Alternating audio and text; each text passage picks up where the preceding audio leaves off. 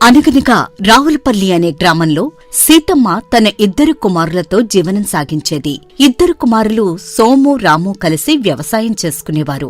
ఎంతో ఆప్యాయంగా ఉండేవారు. రాముకి ఒక కన్ను కనపడదు. ఒకరోజు తల్లి సీతమ్మ కొడుకు సోముని పిలుస్తూ, ఒరే సోము, నాకు ఆరోగ్యం బాగోడలేదురా. నేనెక్కువ కాలం ఉండను. నువ్వు నీ తమ్ముడు రాము ఇద్దరూ కలిసిమెలిసి ఉండండి. వాడు నీకన్నా సిన్నోడు, పైగా ఓ కన్ను కనపడదు. నా తర్వాత ఆడి బాధ్యత నీదే. ఎందుకమ్మా అట్ట అంటావు? నేనెప్పుడు వాడిని ఏరిగా చూడలేదు. వాణ్ణి ఇడిచి ఒక్కరోజునే నేను ఉండగలనా? అయినా నేను వాణ్ణి చూసుకునేదే ఉంది. నాకన్నా వాడే సురికైనోడు, తెలివైనోడు. చెప్పడం నా బాధ్యత కాబట్టి చెప్పాన్రా. అలా కొంతకాలానికి ఆమె కాలం చేస్తుంది. ఒకరోజు వాళ్ళ బాబాయ్ వచ్చి ఇలా అంటాడు, యారా, ఎంతకాలమని ఇలా ఒంటరిగా ఉంటావు? పెళ్ళిడికొచ్చావు, ఇంట్లో ఆడదిక్కులేదు, మీకు వండి వార్చే దిక్కులేదు. ఎంతకాలం మీరు చేయి కాల్చుకుంటారు? నీకొక మంచి సంబంధం చూశాను. ఇప్పుడు పెళ్ళూసేందుకులే బాబాయ్. అయినా నేను ఒక్కడనే పెళ్లి చేసుకోవడం కాదు, ఇద్దరం ఒకేసారి వివాహం చేసుకుంటే బాగుంటుందని నా అభిప్రాయం. చూడ్రా, నీకు పిల్లనిస్తానంత తొందరగా వాడికివ్వరు. వాడికి ఒక కన్ను కనపడదు కదా. నా మాట విని నువ్వు ముందు వివాహం చేసుకో, తర్వాత వాడికి తగిన సంబంధం చూసేద్దాంలే. అలా ఇంట్లో ఆడమనిషి ఉండాలనే అభిప్రాయంతో సోము తన బాబాయ్ చూసిన సంబంధాన్ని చేసుకోవడానికి ఒప్పుకుంటాడు. రాధ అనే అమ్మాయిని వివాహం చేసుకుంటాడు. అలా అన్నదమ్ములిద్దరికీ ఆమె వండి పెడుతూ ఉండేది. కొంతకాలం తర్వాత, చూడ్రాము, వెళ్ళి కూరగాయలు తీసుకురా. దాంతోపాటు కొన్ని సరుకులు ఈ చీటీలో ఉన్నాయి, వాటిని కూడా తీసుకురా. సరే వదినా, డబ్బిస్తే వెళ్ళి తీసుకొస్తా. అదేంటి, నీ దగ్గర డబ్బు లేదా? ఆ మాత్రం డబ్బు లేకుండానే ఉన్నావా? 3 రోజుల క్రితమే కదా ధాన్యం అమ్మిన డబ్బు తీసుకొచ్చావు. నేను ఎప్పుడు ధాన్యం అమ్మినా ఆ డబ్బంతా తీసుకొచ్చి అన్నయ్యకే ఇస్తుంటా వదినా. నాకు కావలసింది అన్నయ్య ఇస్తుంటాడు. బాగుందయ్యా సంబడం. నీకేమీ తెలీదంటావు. అన్ని లావాదేవీలు నువ్వే చూసుకుంటావు మరి. అన్నయ్యకి తెలియకుండా నేనేం చెయ్యనొదినా. చిన్నవాడినని అన్నా నాకు పనులు చెప్తుంటాడంతే. అదిగో మీ అన్నే వస్తున్నాడు, ఆయన అడిగి డబ్బు తీసుకెళ్ళు. ఏంటి, ఏం జరిగింది? ఎందుకలా ఉన్నావు రాము? ఏముంది, కావలసిన సరుకులు తెమ్మంటే డబ్బు లేదంటున్నాడు మీ తమ్ముడు. ఇలా ప్రతిదానికి డబ్బు నన్ను అడగాల్సి వస్తుందనే నీ దగ్గర కొంత డబ్బు ఉంచమని చెప్పేదిరా. ఇగో, ఈ డబ్బు నీ దగ్గర ఉంచుకో. నీకేమైనా కావాలన్నా ఇందులోంచి ఖర్చు పెట్టుకో. ఎందుకంత డబ్బిస్తున్నారు? కావలసినంత ఇస్తే సరిపోతుంది. ఒక 10 రూపాయలు ఇచ్చి పంపండి చాలు. సరే, నువ్వు వెళ్ళి రాము. అలా డబ్బు తీసుకుని రాము అక్కడ్నుండి వెళ్ళిపోతాడు. ఏంట్రాదా నువ్వు చేస్తున్న పని? వాడు నా తమ్ముడు. నువ్వు అవమానకరంగా మాట్లాడితే ఆడేమనుకుంటాడు? చాలండి, మీ తమ్ముడైతే నేను అన్ని సేవలు చేయాలనుందా ఏంటి? మన పనులు చేయడానికే నాకు సమయం సరిపోవట్లేదు. ఇంకా మీ తమ్ముడికి కూడా సేవలు చేయాలంటే ఎలాగా? పైగా అవమానించాని నా మీద నింద వేస్తున్నారు. ఆడేం మన కింద పనిచేసే కూలోడు కాదు కదా. ఇద్దరం కలిసి కష్టపడుతున్నాం. వచ్చిన ఆదాయంలో ఇద్దరికి సమాన వాటా ఉంటుంది. వాడింకా మంచోడు గనక డబ్బంతా నాకిస్తున్నాడు. అయినా మాకింతవరకు ఈ డబ్బు విషయంలో ఎప్పుడూ తేడా రాలేదు. నువ్వు కొత్తగా మొదలెట్టద్దు. అయినా ఇంకెనాళ్ళు? వాడికి తగిన సంబంధం చూసి పెళ్లి చేస్తే వాడి దారిన వాడు బతుకుతాడు. ఆ గుడ్డివాడికి పిల్లనెవరిస్తారు? జీవితాంతా అలా ఉండవలసిందే. మనం అతనికి సేవలు అందించాల్సిందే. నువ్వు అలా మాట్లాడడం నాకిష్టం లేదు. తమ్ముడు ఈ మాటలు వింటే ఎంత బాధపడతాడు? అలా వాళ్ళు మాట్లాడుకుంటూ ఉండగా రాము వస్తాడు. వాళ్ళు మాట్లాడుకున్నదంతా వింటాడు. ఎంతో బాధపడతాడు. కాని ఆ విషయం తెలియనట్టే ఉంటాడు. అలా కొంతకాలం గడుస్తుంది. రోజురోజుకి వాళ్ళ వదిన రాముని బాధపెట్టే మాటలంటూ ఉండేది. నేను ఇంట్లో ఉండటం వదినకు అస్సలు నచ్చటం లేదు. ఇక్కడ ఇంక నేను ఒక్కరోజు కూడా ఉండలేను. కానీ నన్ను వదిన అన్న మాటలు అన్నయ్యకి చెప్తే ఎంతో బాధపడతాడు. అన్నయ్యకి తెలియకుండానే ఇల్లు వదిలి వెళ్లటం మంచిది. అలా అనుకున్న రాము ఇల్లు వదిలి వెళ్ళిపోతాడు. అలా ఊరు వదిలి వెళ్లిన రాముకి ఓ సంఘటన ఎదురవుతుంది. ఆ ఊరి పెద్ద అయిన విష్ణువర్మ పట్టణం నుండి తన భార్య పుట్టినరోజుకి కానుకగా 1000 రూపాయల విలువైన హారం తీసుకుని వస్తూ ఉంటాడు. వస్తున్న దారిలో ఆయన ప్రయాణం చేస్తున్న గుర్రపు బండి గోతిలో పడి బండిలో ఉన్న సామానంతా కింద పడిపోతుంది. విష్ణువర్మ కూడా కింద పడిపోతాడు. అయ్యో, ఎవరో పెద్ద మనిషి కింద పడిపోయాడు అని రాము వెళ్లి విష్ణువర్మని లేపుతాడు. మీకేమైనా దెబ్బలు తగిలాయా? నాకేం పెద్దగా దెబ్బలు తగలేదు. కాస్త కాలు బెణికిందంతే. చక్రం గోతులో ఇరుక్కుపోయింది. కాస్త సాయం చేస్తావా? అయ్యో, మీరంతలా అడగలా? తప్పకుండా చేస్తాను. రాము ఆ చక్రాన్ని గోతిలోంచి బయటకు తీస్తాడు. హా, ఇక మీరు వెళ్ళవచ్చు. ఉండండి. ఈ పళ్ల సంచి కింద పడిపోయింది, బండిలో పెడతాను. పళ్ల సంచిని బండిలో పెడతాడు. విష్ణువర్మ ఏదో వెతుకుతున్నట్టుగా కనపడతాడు. అయ్యా, ఏంటి వెతుకుతున్నారు? ఏదైనా పడిపోయిందా? అవునయ్యా, విలువైన బంగారు హారం పెట్టె ఒకటి కింద పడిపోయింది. అదే చూస్తున్నాను. అవునా? అదిగో చూడండి, అక్కడేదో పెట్టే చెట్ల మధ్య పడి ఉంది. అదేనా? ఉండండి, నేను వెళ్ళి తెస్తాను. అలా రాము వెళ్లి ఆ పెట్టెను తీసుకొచ్చి విష్ణువర్మకి ఇస్తాడు. చాలా కృతజ్ఞతలు బాబు, నాకెంతో సాయం చేశావు. ఇదిగో, ఈ 100 రూపాయలు ఉంచుకో. అయ్యా, నేను డబ్బు కోసం మీకు సాయం చేయలేదు. ఆపదలో ఉన్నారని సాయం చేశాను అంతే. పర్వాలేదులే బాబూ, తీసుకో. అంటూ బలవంతంగా డబ్బిస్తాడు. రాము తీసుకుంటాడు. ఆ ఇంతకీ నువ్వెక్కడుంటావయ్యా? నా కథ చాలా పెద్దదిలేండి. ఇంకా ఎంత దూరం ప్రయాణం చేయాలో కూడా తెలియటం లేదు. చీకటి పడబోతోంది. ఇక్కడే ఏదైనా సత్రంలో ఈ రోజు బస చేసి రేపు ఉదయం మళ్ళీ నా ప్రయాణం కొనసాగిస్తాను. సరే బాబు, నాకు ఆలస్యం అవుతుంది. ఇక నేను బయలుదేరతాను. అలా విష్ణువర్మ బయలుదేరి ఇంటికి వెళతాడు. అతని భార్య అతనికి ఎదురొచ్చి, ఏంటండి ఇంత ఆలస్యమైందేమిటి? వస్తున్న దారిలో చిన్న ప్రమాదం జరిగింది. బండి మీద నుండి కింద పడిపోయాను. ఓ యువకుడు సాయం చేయడంతో ఇక్కడి వరకు రాగలిగాను. ఏమిటి, బండి మీద నుండి కింద పడ్డారా? దెబ్బలేమైనా తగిలాయా? పెద్దగా దెబ్బలేం తగలలేదులే. ఆ మాట పక్కన పెట్టు. రేపు నీ పుట్టినరోజు కానుగ్గా ఏం తెచ్చానో చూడు. ఇది చాలా విలువైన హారం. ఆ దుకాణంలో ఇటువంటిది మరొకట్లేదు. చూసి నీకు నచ్చిందో లేదో చెప్పు. అదేంటండి, ఈ పెట్టె ఖాళీగా ఉంది. ఇందులో ఏం లేదు. ఖాళీగా ఉండడమేంటి? దుకాణం వాడిచ్చింది ఇదే పెట్టి కదా. హారం ఇందులో పెట్టడం నేను కళ్ళారా చూశాను. అయ్యో, దుకాణం వాడు హారాన్ని పెట్టే ఇచ్చుంటాడు. మీరు బండి మీద నుండి కింద పడ్డప్పుడు ఆ హారం అక్కడే పడిపోయి ఉంటుంది. నాకు ఒక అనుమానం వస్తుంది. మీకు సాయం చేశాడని చెప్తున్నారు కదా, అదే ఆ కుర్రాడు. అతను మీకు తెలియకుండా హారం దొంగలించుంటాడేమో. చూడబోతే వాడొట్టి దొంగలా ఉన్నాడు. ఆ కుర్రాడిని చూస్తుంటే నాకు అలా అనిపించట్లేదు. చాలా మంచివాళ్ల ఉన్నాడు. దొంగతనం చేస్తుండడు. హారం అక్కడే ఎక్కడైనా పడిపోయిందేమో. ఇదిగో చూడండి, ఈ పెట్టెకు గొళ్ళెం కూడా ఉంది. ఇదంత తేలిగ్గా తెరుచుకోదు. కావాలని దాన్ని తీస్తే గాని గొళ్ళెం రాదు. తప్పకుండా వాడే ఆ హారాన్ని దొంగిలించుంటాడు. ఇక మీరు వెళ్లి వెతికినా వాడు కనబడ్డులేంటి. ఈ పాటికి వాడు గమ్యానికి చేరుకునే ఉంటాడు. లేదు లేదు, అతను ఈ రాత్రికి ఈ ఊర్లోనే ఏదైనా సత్రంలో బస చేస్తా అని చెప్పాడు. మన ఊళ్ళో ఉన్నది ఒకటే సత్రం, అది పెద్దమ్మ సత్రం. ఉంటే అక్కడే ఉండాలి. ఎందుకైనా మంచిది, ఓసారి మీరెళ్ళి చూసిరండి. అక్కడుంటే సరి, లేకుంటే మన హారం పోయినట్టే. అయినా మన పిచ్చిగాని దొంగతనం చేసినవాడు ఎక్కడుంటానో చెప్పి వెళతాడా ఏమిటి? నువ్వన్నది నిజమే. వాడే దొంగిలించుంటాడు. సరే, ఇప్పుడే వెళ్ళి చూస్తాను.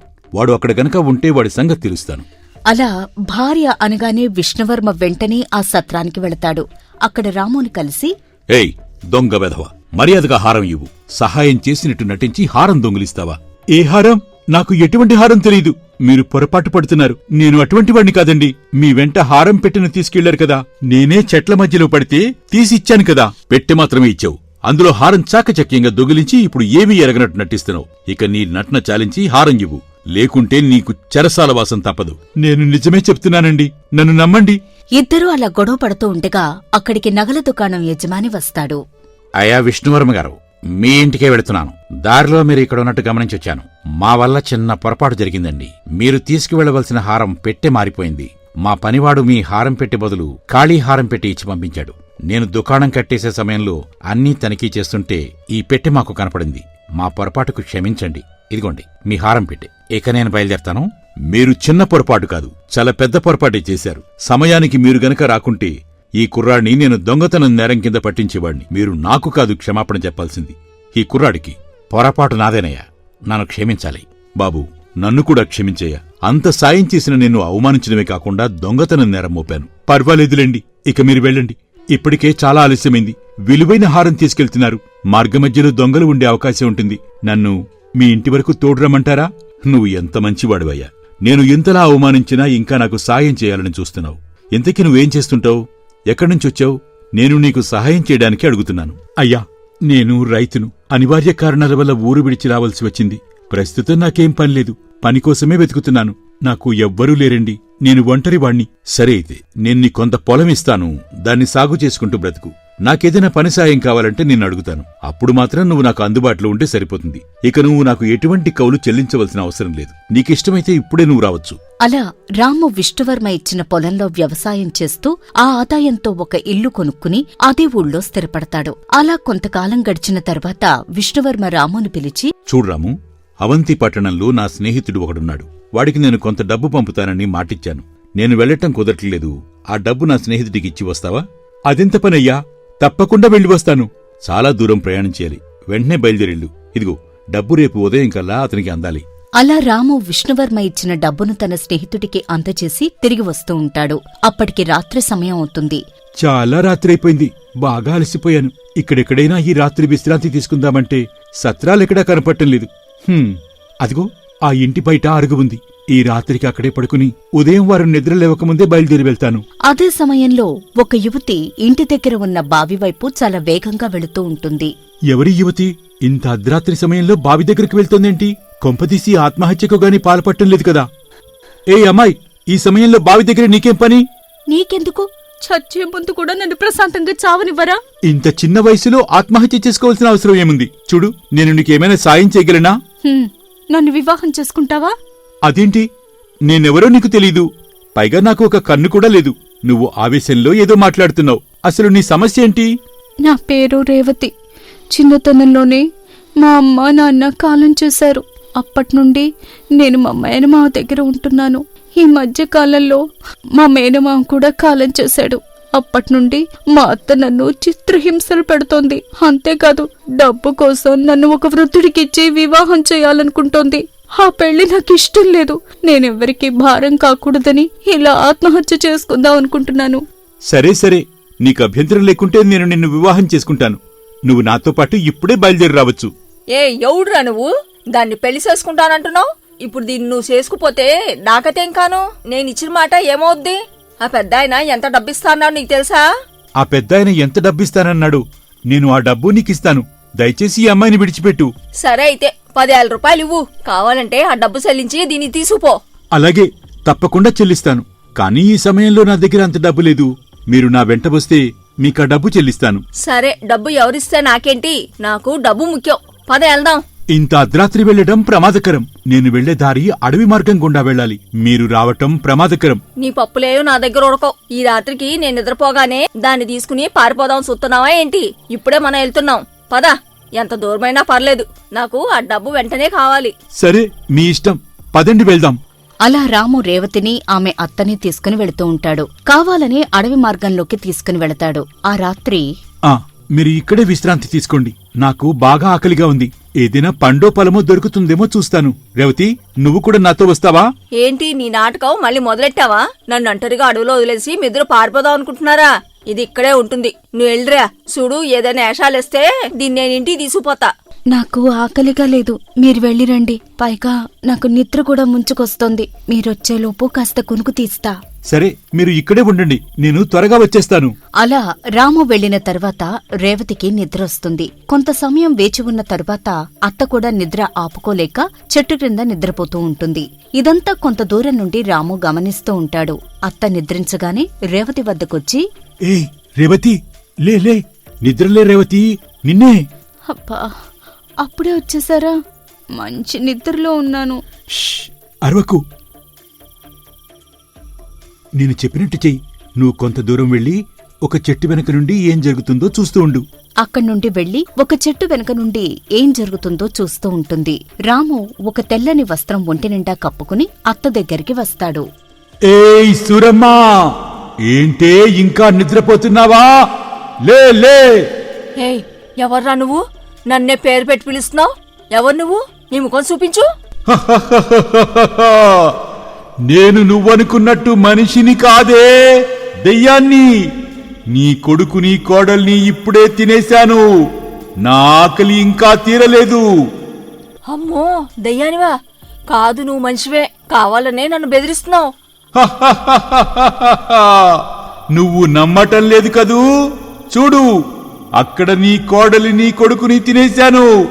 ఆమె చీరా పంచె కూడా అక్కడే పడి ఉన్నాయి. నిన్ను కూడా ఆహారంగా తీసుకుంటా. అమ్మో, నన్నొదిలే, నన్నొదిలే అని అరుస్తూ పరిగెత్తుకుంటూ పారిపోతుంది రేవతి అత్త. కొంత దూరం ఆమె వెనకాతలే పరిగెత్తిన తర్వాత రాము మళ్లీ వెనక్కి రేవతి దగ్గరికి వస్తాడు. ఇంక నీకు నీ అత్త బాధ ఉండదు. ఆమె ఎప్పటికీ ఇటువైపు కూడా కన్నెత్తి చూడదు. నిన్ను నన్ను దెయ్యం తినేసింది అనుకుంటుంది. నువ్వు చాలా తెలివైనవాడివి. అవును, డబ్బు చెల్లిస్తానన్నావు, అవన్నీ అబద్ధాలేనా? అవును, అబద్ధమే. లేకపోతే నన్నే డబ్బడుగుతుందా? ఇవ్వటానికి నా దగ్గర డబ్బెక్కడుంది? నేను ఒక సాధారణమైన రైతుని. ఆమె అడిగినంత డబ్బు లేకున్నా మనం సుఖంగా బతకడానికి కావలసిన డబ్బు నా దగ్గర ఉంది. అయితే నేను సరైన యువకుణ్ణి భర్తగా ఎంచుకున్నాను. అలా రాము రేవతిని వివాహం చేసుకుని ఒక ఇంటివాడై సుఖంగా జీవనం సాగిస్తూ ఉంటాడు. అలా కొంతకాలం గడిచిన తర్వాత తన యజమాని విష్ణువర్మ ఒక భవన నిర్మాణం చేపడతాడు. ఆ కట్టడం రాముని దగ్గరుండి కట్టిస్తూ ఉంటాడు. అక్కడ కూలిగా తన అన్న సోము కనిపిస్తాడు. సోముని గుర్తించిన రాము, అన్నా నువ్వా? ఏమైంది? ఇక్కడ కూలిగా రావటమేంటి నువ్వు? వదినేది? రాము, నిన్ను చూసి ఎన్నాడైతరా? ఎట్టా ఉన్నావురా? నేను బాగానే ఉన్నానన్నా, కానీ అసలేమైంది? ఏం చెప్పమంటావురా? నువ్వు వెళ్ళిన తర్వాత నీకోసం నేను ఎంతో వెతికించాను, కాని నీ ఆచూకీ తెలియలేదు.